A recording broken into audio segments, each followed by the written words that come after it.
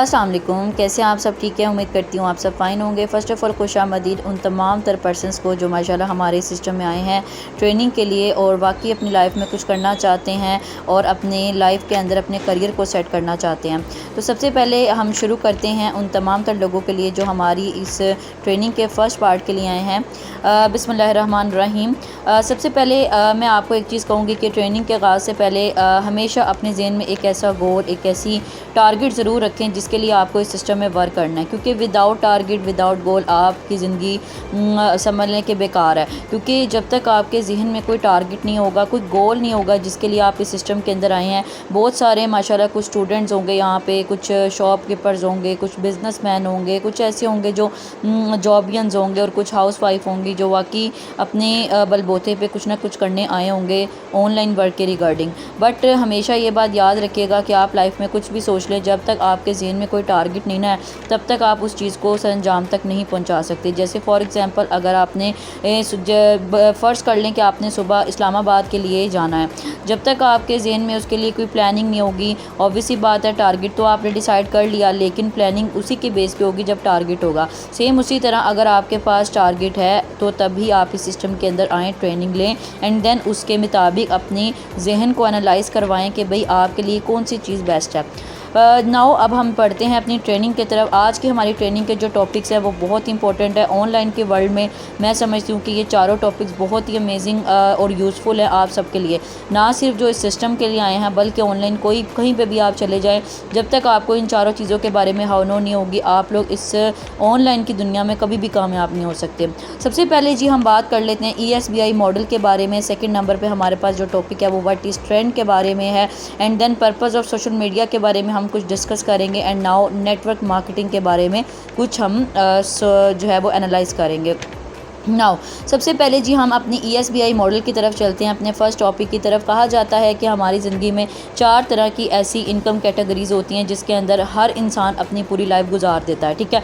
First हमारे पास जो topic आता है वो एम्प्लॉय है, सेकंड नंबर पे सेल्फ एम्प्लॉयमेंट है, थर्ड नंबर पे बिज़नेस ओनर है एंड फोर्थ नंबर पे इन्वेस्टर है। एम्प्लॉय की अगर बात की जाए तो एम्प्लॉय में वो पर्सन आता है जैसे एक टीचर है, स्कूल में टीचिंग करता है, किसी भी प्राइवेट इंस्टीट्यूट में जॉब कर रहा है, उसे पता है वो जितना अर्सा काम करेगा उससे उसकी अर्निंग आएगी। जिस दिन उसने काम करना छोड़ दिया उस दिन उसकी अर्निंग बंद हो जाएगी। दैट्स मीन कि इसके जो सिस्टम है ये एक्टिव इनकम का एक ऐसा समझ लें कैश फ्लो क्वाड्रेंट है जिसके अंदर आपका काम करने से ही सारी की सारी सूरत हाल निकल सकती है। आप जहाँ पे अपना टाइम देते हैं, अपनी कंपल्शंस फेस करते हैं, आप उसको उसकी बेस पे ही पैसा मिलता है। सेकंड नंबर पे आता है हमारे पास जी सेल्फ एम्प्लॉयड। सेल्फ एम्प्लॉयमेंट वो लोग होते हैं जो शॉपकीपर्स होते हैं, वो लोग जो अभी तक मेरा ख्याल है कि 100 में से 90% जो इस ट्रेनिंग को ले रहे होंगे उनको अभी तक यही लगता होगा कि जो शॉपकीपर्स है वो एक बिजनेसमैन होते हैं। हालांकि ये उनकी सोच बिल्कुल गलत है। सेल्फ एम्प्लॉय में वही लोग आते हैं जो शॉपकीपर्स होते हैं, जिनका अपना खुद का सिस्टम होता है लेकिन उनके बगैर गुजारा भी नहीं होता। जैसे कि एक डॉक्टर है, वो एक क्लिनिक खोल कर बैठ जाता है, उसे पता है कि वो क्लिनिक में बैठेगा तो ही उसकी सर्विस सेल होगी, जब उसके बगैर उसका क्लिनिक कुछ भी नहीं है। उसके बाद थर्ड नंबर पर हमारे पास बिज़नेस ओनर आता है। बिज़नेस ओनर जो है वो एक्टिव और पैसिव दोनों के अंदर आता है, जबकि एम्प्लॉय और सेल्फ एम्प्लॉयड जिनकी हम बात कर रहे थे दोनों के दोनों एक्टिव इनकम के साथ रिलेट है। बिज़नेस ओनर जो है वो पर्सन होता है जो अपनी एक फॉर्म बनाता है और उसके अंदर कुछ वर्कर्स को रखता है और उनके थ्रू अपनी सारा का सारा काम करता है। इसके अंदर जो ओनर होता है उसकी मौजूदगी जो है वो मैटर नहीं करती, वो अपनी गैर मौजूदगी में भी कुछ ऐसे उसने लोग भर्ती किए होते हैं जिसकी वजह से वो अर्निंग कर रहा होता है। फोर्थ नंबर पे हमारे पास इन्वेस्टर आता है, ये भी एक्टिव और पैसिव दोनों के ज़ुमरे में आता है। इन्वेस्टर वो होता है जो कि किसी एक जगह, किसी ख़ास जगह अपना पैसा इन्वेस्ट कर देता है और महीने बाद उसका प्रॉफिट ले लेता है। इन्वेस्टर वो भी होता है जो अपना पैसा लगाकर ना सिर्फ उससे खुद काम करके भी पैसा कमा लेता है बल्कि उसके पैसा उसको बाद में भी रिटर्न बैक देता है, ठीक है। तो नाउ यहाँ पे अब हम बात कर लेते हैं कि एम्प्लॉय और सेल्फ एम्प्लॉयड जो कैटेगरीज़ है वो दोनों की दोनों एक्टिव इनकम के अंदर आती हैं, जबकि हम अगर अपनी बिज़नेस ओनर और अपनी इन्वेस्टर की बात करें तो ये दोनों ही एक्टिव और पैसिव के ज़ुमरे में आती हैं। कहा जाता है कि जो हमारी ई और एस है, यानी कि एम्प्लॉय एंड सेल्फ एम्प्लॉय, इसके अंदर 90% जो है वो रिलाई करते हैं, जबकि बिज़नेस और इन्वेस्टर होते हैं उसके अंदर 10% पीपल जो हैं वो रिलाई करते हैं। 90% पीपल जो होते हैं वो 10% पैसा कमाते हैं, जबकि बिज़नेस ओनर और इन्वेस्टर जैसे जो 10% लोग हैं वो 90% पैसा कमाते हैं। ऐसा क्यों है? ऐसा इसलिए है क्योंकि वो अब खुद काम नहीं करते, बल्कि एक पर्सन जो एक दिन लगाकर 8 घंटे लगाकर एक काम करता है, जबकि अगर उसी की जगह 10 लोग अपने 8-8 घंटे दें तो वो 80 आवर्स बन जाते हैं। वो चीज़ जो आप एक जगह इन्वेस्ट करके जितना प्रॉफिट कमा रहे हैं, वही 10 के 10 जो लोग हैं एट अ टाइम आपको उतना प्रॉफिट देते हैं जितना एक पर्सन अपना हाफ महीना देता है ऑलमोस्ट। ठीक हो गया। नाउ दैट्स मीन कि हमारी यहाँ पे जो है कैश फ्लो क्वाड्रेंट आपको क्लियर हो गया होगा, और इसके अंदर आप लोगों की क्या बेनिफिट्स हैं, क्या आपके नुकसानात हैं, ईच एंड एवरीथिंग आपको क्लियर हो जाएंगे। नाउ बढ़ते हैं अब हम अपनी सेकंड तरफ। अब आपको यहाँ पे सेकंड हमारा टॉपिक आ जाता है कि व्हाट इज़ ट्रेंड। ट्रेंड के बारे में अगर देखा जाए, आजकल हम अपने इर्द गिर्द अगर घुमा कर अपनी नज़रें देखते हैं तो आजकल ज़माना है सोशल मीडिया का। आज लोग एक दूसरे से अगर कन्वर्सेशन करते हैं, पहले ज़माने में लोग मिलने के लिए एक प्लेस डिसाइड किया करते थे, बट वही प्लेस अब सोशल मीडिया प्लेटफॉर्म्स ने ले लिया है। फेसबुक, इंस्टाग्राम, टिकटॉक, आपका व्हाट्सएप। नाउ अब सोशल मीडिया का चूँकि ट्रेंड है तो अब बात कर लेते हैं इसको मज़ीद हम ट्रू करने के लिए आप कोरोना वायरस का आप एक जो है वो वे ले सकते हैं। कोरोना वायरस के ज़माने में आपको याद होगा कि जब बहुत हमारा वो वाले बिज़नेसमैन जिन्होंने एक अपना खुद का सेटअप क्रिएट किया हुआ था, वो एम्प्लॉयज़ जो किसी के अंडर काम कर रहे थे, वो शॉपकीपर जिन्होंने अपना सेटअप बनाया हुआ था, और भी वो चारों की चारों कैटेगरी जो भी हम देख चुके हैं, वो सब के सब कोरोना वायरस में काफ़ी इफ़ेक्टेड हुए। दैट्स वाई जो हमारे इंस्टीट्यूट्स हैं, जो बिज़नेस ओनर हैं, जितने भी लोग हैं, जितनी भी हमारी आवाम है, उन्होंने सोशल मीडिया का सहारा लिया अपनी इसी इनकम को बढ़ाने के लिए। ऐसा क्यों हुआ? वो इस वजह से क्योंकि आप देख सकते हो कि आजकल ज़िंदगी गुजारने के लिए पैसे की नीड सबको है, और उस टाइम पे जब पैसे की नीड हमारी कोरोना वायरस की वजह से पूरी नहीं हो पा रही थी, तो दैट्स वाई उन्होंने तमाम तर लोगों ने सोशल मीडिया का सहारा लिया और तमाम तर चीज़ें ऑनलाइन आ गई। अब आप देख सकते हो कि ऑलमोस्ट पाकिस्तान के अंदर कोरोना वायरस की टाइम से ही बहुत सारा हमारा जो सेटअप है वो ऑनलाइन की दुनिया में आ चुका हुआ है। आजकल आप कोई भी चीज़ घर बैठे एक रिमोटली अपने फ़ोन के थ्रू कोई भी चीज़ अपने घर में ऑर्डर कर सकते हैं। और कोरोना वायरस से ये फ़ायदा हुआ कि वो लोग जिनको सोशल मीडिया का बिल्कुल भी पता नहीं था, उनको इससे ज़्यादा फ़ायदा होना लगा। उन्होंने बजाय इसके कि अपने सिस्टम को वापस रिकवर कर ले आफ्टर कोरोना, उन्होंने अपने सोशल मीडिया प्लेटफॉर्म को ही अपने बिज़नेस का सहारा बना लिया, अपने इनकम्स का सहारा बना लिया। अब बात करते हैं कि भाई ये सोशल मीडिया प्लेटफॉर्म ही हमारे लिए क्यों इम्पोर्टेंट है। सोशल मीडिया के अंदर ही लोगों ने अब क्यों आना शुरू कर दिया है। मोस्टली कोरोना वायरस ख़त्म होने के बाद भी लोगों ने सोशल मीडिया प्लेटफॉर्म को अपनी इनकम सोर्स बनाया हुआ है, और आई थिंक मोस्टली जो पाकिस्तान में 2018 से इसका ट्रेंड काफ़ी इन हुआ है। ऐसा क्यों है? अगर हम बात कर लेते हैं ESBI मॉडल की, जिसके अंदर हमने एक नई रियलिटी को जाना। अब तक हम जितने भी लोग थे, हम लोग एक बिल्कुल बेकार सी लाइफ गुजार रहे थे। हमारा शुरू से एक माइंडसेट बनाया जाता है, पढ़ो लिखो, काम करो, जॉब करो। मोस्टली यहाँ पे जो लोग होंगे उनका यही माइंडसेट होगा। लेकिन अगर देखा जाए तो हमारी अगर हम अपने कैश क्वाड्रेंट को देखें तो उसके अंदर हमारी कोई भी चीज़ जो है वो लॉन्ग लास्टिंग नहीं होती। हम कहीं पे भी रिलाई नहीं करते कि हमारी जो इनकम है वो लॉन्ग लास्टिंग होगी। अगर हम E और S को देखें, ठीक है, E और S मीन्स एम्प्लॉय। अगर हम आज जॉब की बात कर लें तो आपने देखा होगा कि आजकल हर पर्सन जो है वो सिंगल जॉब से खुश नहीं है। कोई भी बंदा है, सॉरी टू से, बट ये रियलिटी है कि आज कोई भी जॉबियन पर्सन को आप उठा के देख लें, वो अपनी जॉब सिर्फ़ और सिर्फ मजबूरी के तहत ज़्यादातर करते हैं, और अगर देखा जाए तो वो अपनी एक सिंगल जॉब से खुश नहीं होते। हर बंदा चाह रहा होता है कि वो पार्ट टाइम में कोई ऐसा वर्क ढूंढ ले जहाँ से वो अपनी बाकी की ख्वाहिशात को पूरा कर सके। एम्प्लॉयमेंट अगर हम उसकी भी बात करें तो ये भी कहा जाता है, चले अगर हम अपनी हैंड टू माउथ लाइफ गुजारने में मजबूर हैं भी और हम कर भी रहे हैं, तो अगर देखा जाए तो आजकल जो साइंस है वो ये हमें दिखाने की कोशिश कर रही है कि जो हमारा आने वाला फ्यूचर है वो हमसे शायद जॉब्स भी छीन लें। आज आपने देखा होगा कि मोस्टली जो रोबोट्स हैं हमारी जगह काम कर रहे हैं। इसकी छोटी सी मिसाल आपकी हकीकी लाइफ की मैं बता देती हूँ। आप आजकल बड़े बड़े मॉल्स में जाते होंगे, आप जब एंटर होते हैं तो आपके एंटर होते ही जो वहाँ के डोर्स है वो खुद ही ओपन हो रहे हैं, खुद ही क्लोज़ हो रहे हैं। ऐसा क्यों है?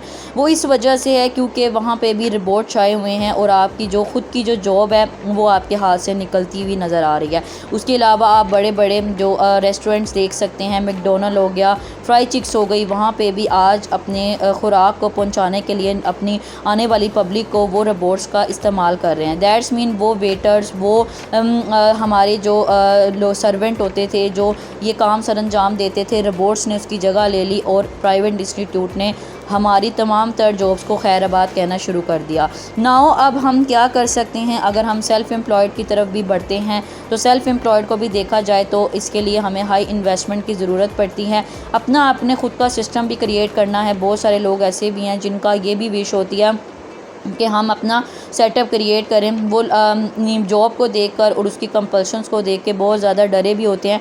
दैट्स वाई वो हाई एम्प्लॉयमेंट और जो है वो अपनी सेल्फ़ एम्प्लॉयमेंट की तरफ मूव करने की कोशिश करते हैं। ठीक है, अब अगर हम सेल्फ़ एम्प्लॉयमेंट की बात करें तो इसमें सबसे पहले जो इशू आता है वो हमारी हाई इन्वेस्टमेंट का आता है।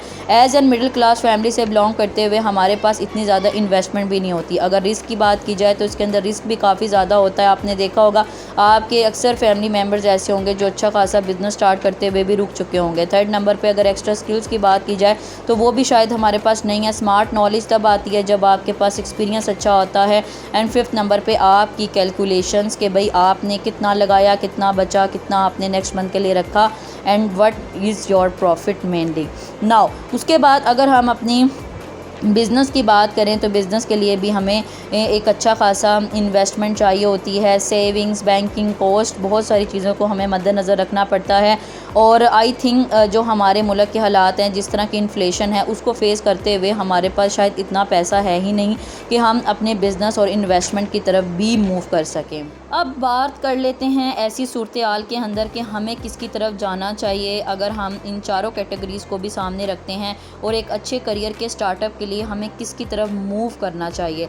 चलें, अगर मान लें हम पहले अपनी आसपास की कम्युनिटी की बात कर लेते हैं तो आजकल जो हमारे पास अगर जॉब भी है तो जॉब भी इतनी ख़ास नहीं है और उसका फ्यूचर भी आने वाले वक्तों में ख़त्म होने वाला है। अगर सेल्फ़ एम्प्लॉयमेंट की बात की जाए तो उसके अंदर भी हम लोगों को इन्वेस्टमेंट मनी की ज़रूरत पड़ती है, एंड वही तो हमारे पास शायद नहीं है। एंड दैट्स वाई हम लोग सब के सब ऑनलाइन की दुनिया की तरफ ऐसे हालात में हमें किसके साथ जाना चाहिए? अगर हम कैश क्वाड्रेंट को मद्देनज़र रखते हुए ऑनलाइन की दुनिया को देखें तो आज सोशल मीडिया प्लेटफॉर्म हम जितने भी लोग यूज़ कर रहे हैं, ये कहा जाता है कि 100 में से 90% लोग इसका यूज़लेसली यूज़ कर रहे हैं। ऐसा क्यों कहा जाता है? क्योंकि अगर हम अपनी हिस्ट्री उठाकर देखें तो जो हमारे सोशल मीडिया हैंडल है, दरअसल वो जिस मकसद के तहत बनाए गए थे, हम उस मकसद को कभी पहचान ही नहीं सके। अगर हम सबसे पहले बात करें तो मार्क ज़करबर्ग की, अगर हम उसके असल मेन मोटिव की अगर बात करें तो उसका असल मकसद सोशल मीडिया हैंडल बनाने का ये था कि वो अपने इन सोशल हैंडल के थ्रू अपनी डिफरेंट किस्म की चीज़ों की मार्केटिंग कर सकें, लोग इसका यूज़ करें और उसको बेनिफिट हो सके। अब यहाँ पे सोशल मीडिया प्लेटफॉर्म का अगर हम देखा जाए, अगर हम उसकी रेशो उठाकर देखें तो असल जो यूज़ है उसका वो 2018 से स्टार्ट हुआ। पहले ज़माने में ये होता था कि कुछ लोगों को रखते थे और घर घर जाके अपनी चीज़ की एडवर्टाइज़ करते थे। आपने आप टीवी में कुछ लोगों की यहाँ पे वो देख लेते होंगे, एड्स देखते होंगे, बट जो वो कंपनीज़ जो माशाल्लाह एक छोटे लेवल पे काम करती थी उनके लिए ये सब अफोर्ड करना में भी मुश्किल हो जाता था और इवन वो उतना प्रॉफिट जनरेट नहीं कर पा रहे होते थे जितना वो लगा रहे होते थे। तो देन उन्होंने किसका सहारा लिया? उन्होंने तब जाकर सोशल मीडिया का सहारा लिया जब उनके लिए एक मजबूरी बनी, और शायद उससे पहले उनके जहन में भी ये चीज़ नहीं आती थी कि यार सोशल मीडिया की असल पावर क्या है। असल में जो सोशल मीडिया प्लेटफॉर्म जिस पावर के तहत बनाया गया, हम वो पावर को कभी जान ही नहीं सके। आज सोशल मीडिया प्लेटफॉर्म को जो बेसिकली यूज़ किया जाता है, ये सारे के सारे, हम कोई भी वर्क उठाकर देख लें, हम किसी भी तरह का वर्क उठा कर देख लें, हर बंदा अपनी ही चीज़ को एडवर्टाइज़ करने के लिए ही वो वर्क करवा रहा है। हम यहाँ पे अगर हम असाइनमेंट वर्क उठा लेते हैं, अगर हम किसी इंस्टीट्यूट को कोई सर्विस देने के लिए उठा लेते हैं, अगर हम किसी कंपनी की प्रोडक्ट देने को उठा लेते हैं, या हम किसी भी चीज़ को सेल करने के लिए उठा लेते हैं। तो आप यहाँ पे हर जगह हम लोग अपनी एडवर्टाइजमेंट को ही मद्देनज़र रखते हैं और सोशल मीडिया का मेन मकसद ही आप अपनी चीज़ों की एडवर्टाइज़ करते हैं। तो नाउ अब सबसे पहले बात कर लेते हैं जी, इसी दौरान जो सबसे बड़ा यहाँ पे हमारे पास जो मौका आया वो नेटवर्क मार्केटिंग का। आप सब ने काफ़ी नाम सुना होगा, इसके बारे में कुछ लोग जानते भी होंगे। अब ये हमारा लास्ट एंड फोर्थ टॉपिक है और बहुत अमेजिंग टॉपिक है। अगर आप लोग इस टॉपिक को अच्छे से सुन लेते हैं तो आज के दिन मेरा ख्याल है आप लोग ये कह कर जाएंगे, ये कमेंट डाल के जाएंगे कि मैम सिद्रा आपने वाकई बहुत अच्छी इन्फॉर्मेशन दिया है। नेटवर्क मार्केटिंग एक ऐसी इंडस्ट्री है जो ऑनलाइन की दुनिया में कहीं काफ़ी जगह फैली हुई है। मिलियंस के लोग, बिलियंस की तादाद में जो लोग हैं वो इसका पार्ट हैं इस टाइम पे, और इतना पैसा कमा रहे हैं कि शायद जितना एक आम जो फार्म ओनर है, एक आम कोई बड़ा इंडस्ट्री का मालिक भी है शायद, तो वो भी इतना पैसा नहीं कमा रहा जितना नेटवर्क मार्केटिंग से आम लोग कमा रहे हैं। ऐसा क्यों है? सबसे पहले हम बात कर लेते हैं नेटवर्क मार्केटिंग का, हमें यही करना क्यों ज़रूरी है अगर हमने ऑनलाइन की दुनिया में भी आना है। लोग इसे क्यों कर रहे हैं, ये क्यों इतना ज़्यादा फेमस है? बहुत सारे लोगों ने मुख्तलिफ़ लोगों से इसके बारे में सुना भी होगा, और आई थिंक अगर आज इस वीडियो में आप इसका मतलब मेरे से समझ जाएं तो शायद मैं आपको 110% कह सकती हूँ कि कोई भी बंदे ने, किसी भी बंदे ने आपको आपकी लाइफ में इसके बारे में इतनी अच्छी इन्फॉर्मेशन नहीं दी होगी जितनी इंशाल्लाह मेरी कोशिश होगी कि मैं आपको दूँ। सबसे पहले नेटवर्क मार्केटिंग करना इसलिए भी ज़रूरी है क्योंकि ये ESBI मॉडल को बहुत अच्छे से एक्सप्लेन करता है। वो किस तरह से, वो जब मैं आपको नीचे बेनिफिट्स बताऊँगी इसके तो आपको ऑटोमेटिकली क्लियर हो जाएगा। यहाँ पे बात हो रही है एक बिग मनी मेकर की जिसका नाम है धीरू भाई अंबानी, जिनकी एक रियल स्टोरी है। और वो बताते हैं कि वो एक पेट्रोल पंप पे काम करते थे जहाँ पे वो एक बंदे को देखते थे कि डेली वो आता था और खिलौने बेचता था हर आती जाती गाड़ी को।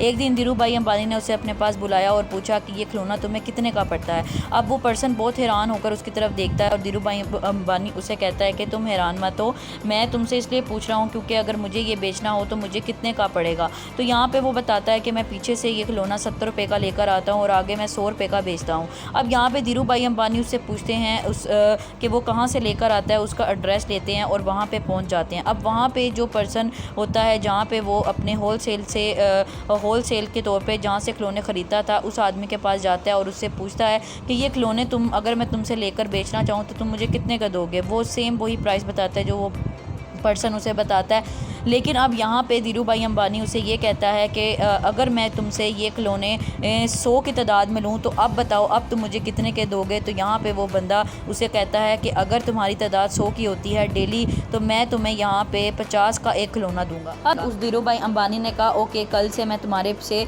जो है ये 100 के 100 खिलौने लेना शुरू कर दूँगा। अब वो क्या करता है धीरू भाई अंबानी, वो वापस जाता है अपने पेट्रोल पम्प के जितने भी वहाँ पर वर्कर्स होते हैं उनसे बात करता है और उन्हें कहता है कि हम क्यों ना 5 बजे की छुट्टी के बाद 8 बजे तक जो हमारे पास 3 घंटे होते हैं उसके दरमियान हम कोई और ऐसा काम कर ले जहाँ से हमें एक और अर्निंग सोर्स आना शुरू हो जाए। देन वो सब उससे पूछते हैं और उसको बताता है कि हम क्यों ना खिलौने बेचने का काम करें, इसके दौरान अगर हमें डेली का 300 रुपया भी आता है तो हमारी एक एक्स्ट्रा इनकम जनरेट हो सकती है। देन वो सब उन धीरू भाई अंबानी से पूछते हैं और वो उनको उसी दुकान पर ले जाता है और उन 10 के 10 वर्कर्स को क्या करता है, खिलौने खरीदवा लेता है, यानी कि उनको ख़रीदने का बोलता है। अब वो क्या करते हैं, वो 10 के 10 वर्कर जब 10-10 खिलौने ख़रीदता है धीरू भाई अंबानी के धीरू भाई अंबानी के वर्कर्स की बात की जाए तो ऑलमोस्ट उनको जो अर्निंग होती होगी वो डेली की 300 रुपया होती होगी। लेकिन अगर धीरू भाई अंबानी की बात की जाए तो हर पर्सन पे अगर उसको 20 रुपये का प्रॉफिट होता है और 20 रुपीज़ को अगर हम 10 खिलौनों से मल्टीप्लाई करें तो 200 बनता है और वही 200 अगर 10 वर्कर की बात पे चली जाए तो 2000 डेली का उनको प्रॉफिट बचता है। अब यहाँ पे जो काम करने वाले लोग हैं उनको तो 300 का प्रॉफिट हुआ, लेकिन धीरू भाई अंबानी ने चूँकि अपना दिमाग यूज़ किया और उसके दिमाग यूज़ करने पे उसको 2000 का प्रॉफिट आना शुरू हो गया। इसी तरह धीरू भाई अंबानी ने और भी 5 से 6 आसपास के जो पेट्रोल पंप थे उनके भी वर्कर से बातचीत की और उनको भी खिलौने दिलवाए और इस तरह उनकी जो इनकम है वो डबल ट्रिपल होती चली गई।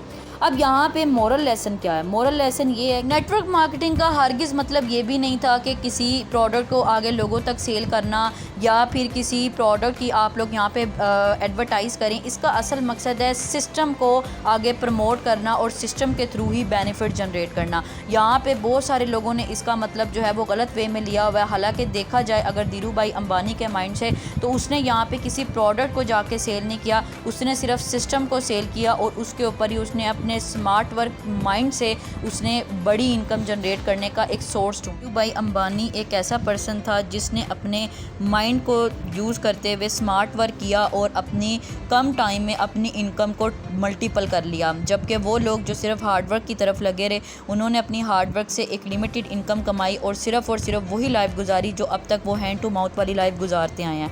हमारा मकसद किसी को हर्ट करना नहीं है, बट अगर रियलिटी देखी जाए तो बिल्कुल इस तरह ही है। अब इस तरह हम यहाँ पे नेटवर्क मार्केटिंग के बेनिफिट्स अगर देखें तो माशाल्लाह हम नेटवर्क मार्केटिंग को बिज़नेस के तौर पे लेके चल सकते हैं। एक ऐसा सिस्टम जिसके अंदर हमारी चीज़ भी नहीं है और उस चीज़ की बलबूते पे हम एक ऐसा बिज़नेस खड़ा कर सकते हैं, एक ऐसा सेटअप क्रिएट कर सकते हैं, एक ऐसा सिस्टम बना सकते हैं जो कि हमें लाइफ टाइम के लिए अर्निंग दे सकता है, जो हमें लाइफ टाइम के लिए हमारी ख्वाहिशात को पूरा करने के लिए एक हाई इनकम दे सकता है, जो हमें एक प्लेस और टाइम फ्रीडम दे सकता है, एक हमें ये बेनिफिट दे सकता है कि जिसके थ्रू हम अपनी लाइफ में जितनी भी विशेज़ रखते हैं उसको पूरा कर सकें। ये हमें वो बेनिफिट देता है जिसके अंदर हम लोग अपने स्मार्ट वर्क से जितना चाहे पैसा कमा सकते हैं, अपनी ड्रीम्स को पूरा कर सकते हैं। सेकंड नंबर पे नेटवर्क मार्केटिंग एक ऐसा सिस्टम है जिसके अंदर हम लो इन्वेस्टमेंट के साथ ये दावे के साथ कह सकते हैं कि हम अपना बिज़नेस बना सकते हैं। थर्ड नंबर पे ये हमें ये बेनिफिट देता है कि हमारे पास कोई स्किल्स भी नहीं है, लेकिन हम एक लीडर के तौर पे यहाँ पे काम कर सकते हैं। अपनी लीडरशिप क्वालिटीज़ को यूटिलाइज़ करते हुए हम यहाँ पे अपना ख़ुद को बॉस मनवा सकते हैं। फोर्थ नंबर पे हम एक्टिव के साथ पैसिव इनकम जनरेट कर सकते हैं, ख़ुद के लाइफ को इंडिपेंडेंट बना सकते हैं। आप कहीं पे भी हो, किसी जगह भी हो, आप अपने एक हैंडी गैजेट के थ्रू, अपने नेटवर्क, अपने सिस्टम के थ्रू यहाँ पे प्रॉफिट जनरेट कर सकते हैं, बेनिफिट उठा सकते हैं। उसके अलावा इसका ट्रेंड की अगर बात की जाए तो अगर आप गूगल पे आज रिसर्च कर लेते हैं तो बिल गेट्स जो कि एक बहुत बड़े फाइनेंशियल एक्सपर्ट हैं, वो क्या करते हैं इसके बारे में कि अगर मुझे ज़िंदगी दोबारा जीने का मौका मिल जाए तो मैं नेटवर्क मार्केटिंग का आगाज़ करूँगा। उसके बाद आप डोनाल्ड ट्रंप के बारे में तो जानते होंगे, ये कौन पर्सन है, ये कौन सी पर्सनैलिटी है। वो क्या कहती है? वो कहती है if I were starting over today I would make millions in the network marketing industry. उसने कहा कि अगर मुझे सब कुछ ख़त्म करके दोबारा से न्यूली कुछ अपनी चीज़ का स्टार्ट करना पड़े, अपने करियर का आगाज़ करना पड़े, तो मैं नेटवर्क मार्केटिंग की इंडस्ट्री से स्टार्ट लूँगा। उसके बाद थर्ड नंबर पे आप सर डॉक्टर अब्दुल कलाम क्या कहते हैं, जो एक बहुत मशहूर साइंटिस्ट भी हैं। वो क्या कहते हैं कि ये नेटवर्क मार्केटिंग 21st सेंचुरी का आने वाला एक बहुत ही फास्टेस्ट ग्रोइंग बिजनेस है, जिसके अंदर हर पर्सन को अपने करियर को डेवलप करने के लिए इसका आगाज़ करना चाहिए और ये आपको ज़िंदगी भर के लिए बेनिफिट दे सकता है। अब ऐसा क्यों है? नेटवर्क मार्केटिंग क्यों हमारे लिए ज़रूरी बन गया? वो इसलिए भी ज़रूरी बन गया क्योंकि हम जब अपने कैश क्वाड्रेंट की बात कर रहे थे और आजकल की जो हमारे हालात चल रहे हैं, हमारा आने वाला फ्यूचर, हमारी ख़ुद के करियर डेवलपमेंट और हमारी बढ़ती हुई इस मुल्क की महंगाई को फेस करने के लिए हमें इसकी ज़रूरत पड़ी।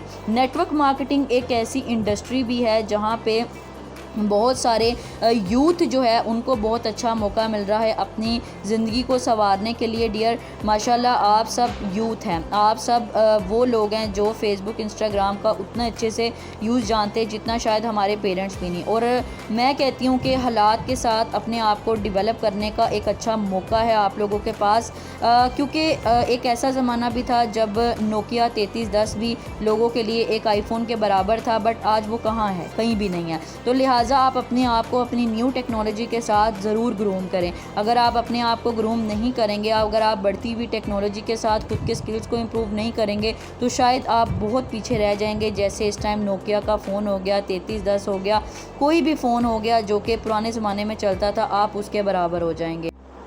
ये एक ऐसा सिस्टम है जो आपको आपकी चॉइस के हिसाब से अर्निंग दे सकता है। ये एक ऐसा सिस्टम है जिसके अंदर आप एक पूरी टोटली कम्युनिटी के साथ काम करते हैं और इत्तेफाक में चूँकि बरकत है, तो दूसरों की बातों पे ये एक ऐसा सिस्टम है जो हमें लॉन्ग लास्टिंगली वर्क करने का एक मौका दे सकता है। एक ऐसा सोर्स है जिसके अंदर हमें कोई भी पर्सन हमारी जगह से हटा नहीं सकता और हम अपनी एक्चुअली में अपनी वाकई ज़िंदगी के लिए सीरियस हो सकते हैं, जिसको लेकर। और नेटवर्क मार्केटिंग ही एक ऐसी इंडस्ट्री है जो इस टाइम पे मिलियनियर खड़े कर रही है, बिलियनियर खड़े कर रही है। और वो लोग जो बिल्कुल एक कॉमन सी समझ लें सोर्स से उठते हैं और माशाल्लाह आज वो कहाँ पे पहुँच चुके हैं। तो मैं ये समझती हूँ कि उम्मीद करती हूँ आप सब हमारे कैश क्वाड्रेंट के हिसाब से अपने करियर के बारे में सोच चुके होंगे। आप लोग भी अपने माइंड को इस तरफ लगाएं, सोचें इसके बारे में और कमेंट में मुझे लाजमी बताइएगा अगर आपको वाकई अपनी ज़िंदगी का असल मकसद मिल गया है, अगर आप वाकई सोचते हैं कि अब आपको वाकई अपनी लाइफ में सीरियस हो जाना चाहिए, अगर आपको वाकई लगता है कि आपको वाकई इस ट्रेनिंग के बाद अपनी करियर के बारे में कुछ ना कुछ करने की ज़रूरत है, आपको लाइफ में कुछ करने की ज़रूरत है, तो मुझे लाजमी लाइक एंड सब्सक्राइब के साथ तो लाजमी हमें अपनी दुआओं में याद रखिएगा। हमारा मकसद आपको गाइड करना है, आपकी ज़िंदगी को संवारना है। और स्पेशली यूथ के लिए एक बहुत अच्छा पैगाम है कि वो अपने आप को ग्रो करें, अपनी यूज़लेस एक्टिविटीज़ को छोड़ के अपनी ज़िंदगी के बारे में सीरियस हो जाएं। Thank you for your time, remember in your prayers always. और इंशाल्लाह उम्मीद करती हूँ कि इस ट्रेनिंग को कंप्लीट होने के बाद आप एक न्यू पर्सन होंगे। आप वो पर्सन होंगे जो ज़िंदगी को अपनी एक न्यू माइंडसेट के साथ देखते हैं और इंशाल्लाह आपका आने वाला फ्यूचर बहुत ज़्यादा ब्राइट होने वाला है। Good luck.